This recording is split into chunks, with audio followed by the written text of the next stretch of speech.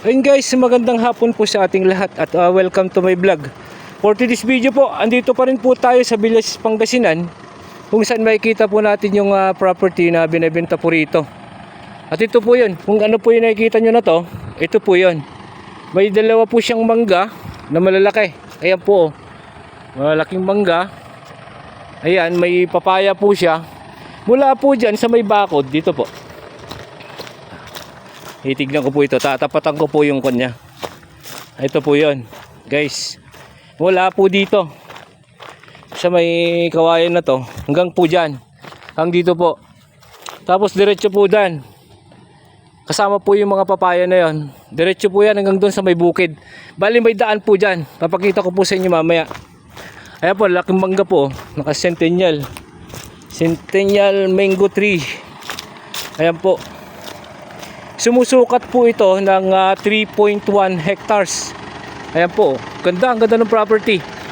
Tapos sa yung pong kwan na yan, sa may Acacia na yan, daan po yan, barangay road po yan. Tapos yung property, diretso pa po yan, may sinasaka po dyan. Papakita ko lang po yung copy ng titulo sa inyo. Ito po, TCT title po siya. Ayan po, titulado. Ayan, lot area po, makikita natin dito 31,143 square meter. Yung tax declaration po niya ito. And then yung vicinity map, ito po yon. Ito po siya. Dito po ako. Tapos kalsada po dito, barangay road. And then yung dulo, yun po yung dulo po doon. Ito po yun. Ayan, malinis po yung solo title po siya. Ito po yung property na to, titulo na to. Ayan, pupuntahan ko po dun sa may kalsada. Ayan, kasama po itong mga papaya na to. Pero itong papaya po na yan, hindi po kasama. Property din po ng may-ari, kaya lang ibang titulo po yan. Ayan po. Ayan, yun po yung sinasabi kong kalsada. Kalsada po yan.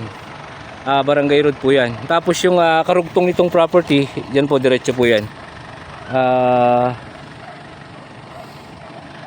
Tapos may rest house po siya dito. Ito po siya. Ito, may kubo po siya, oh. Ganda, lamig nung ambience ng property. Ayan po, may kubo po siya. Tapos ito, mga fish pan niya. Pakita ko rin po yung mga fish pan niya, pero wala po atang siyang tubig. Ito po, ano yan, fish pan po yan. Fish pan. Ayan.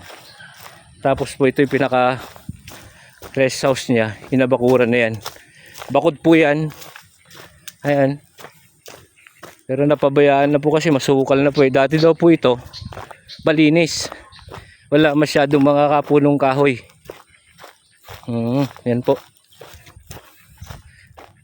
Tinanggal po nila yung rest house na kubo. Dito po dati nakalagay yung rest house na kubo. Ayan po yung pispan niya po. Mga pinulak po nila, nilagay po nila dyan. Ayan, may matubig po yan. Tubig yan guys. Pispan po yan. Kuryente po. Nakaano po, may kuryente po dito. Ito po dati yung rest house. Ayan. Rest house po niya dati to, kubo po ito. Ayan po, makikita nyo. Sa tubig po, wala tayong problema. Kasi may deep well. Ayan po. Deep well. Ayan. Deep well po yan. Kailangan buhayin. Ayan, may lababo sila dito. Dati daw po ito, may kubo po dyan na nakalagay. Kumbaga nagpatungan ng kubo. Yung ready-made po na kubo. Yan, may CR po siya. Ayan po yun. 3.1 hectares po. May dalawang punong mangga. And then may mga sari-saring puno. Acacia. Kawayan. May fish pan. Kaya lang hindi na po naasikaso. Ayan. 3.1 hectares po ang lot area nito. Naka TCT title. Updated din po yung tax. Dito naka tax declaration. Pupuntahan ko po dun sa sinasabi ko sa inyo kanina na Barangay Road. At ituturo ko po sa inyo yung nasasaka. Ayun, ganda po nito. Gandang pahingahan. Yung po naghahanap ng mga rest farm. Ayan. Malilim po, malilim yung area. Ayan po. Tingnan ko po dun sa labas, yung sa may Barangay Road niya. Ayun guys, ito po yung Barangay Road na sinasabi ko sa inyo. Kuryente, wala tayong problema. Katutok po mismo yung poste. Ayan po, Barangay Road po yan. Kung saan po ako galing kanina nag-umpisa, yan tinututok ko kanina, mangga. Doon po sa malilim mismo. Kasama po itong mga papaya na to. Ayan, wala po doon. Yung kinatayong ko po kanina, hanggang doon po sa pinasok kong rest house nila kanina doon. Tapos diretso po ito. Ganyan po siya. Hanggang doon po sa may mga kasya na yon. Ayan, dyan po ang dulo. Kasama po yan sa property, yung mga kahoy na yan. Ayan, ito po yung rice field niya. Rice field po niya. May mangga. Yun yung duplex mo. Ayun. Yung duplex. Yung duplex po ng Villasis. Ayan po siya, oh. Nakikita niyo yung dumadaan na yan? Ayan. Mga dumadaan po na yan.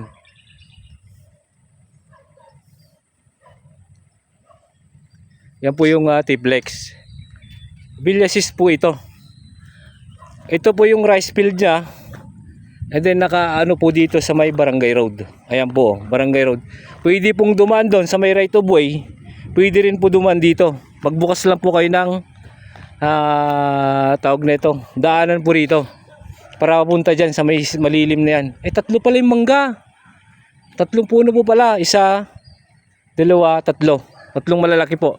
Sa akasya, kawayan. Ayan. Ulitin ko po, 3.1 hectares. Solo TCT title. Buhay pa po yung nakapangalan sa titulo. Ayan. Na ang presyo po is 350 per square meter po. Negotiable po sa may-ari. Just in case po na magustuhan nyo itong property, sino man po yung makakapanood at magustuhan, tawagan nyo na lang po ako o kaya si Agent Jonathan sa number sa screen. Ayan po.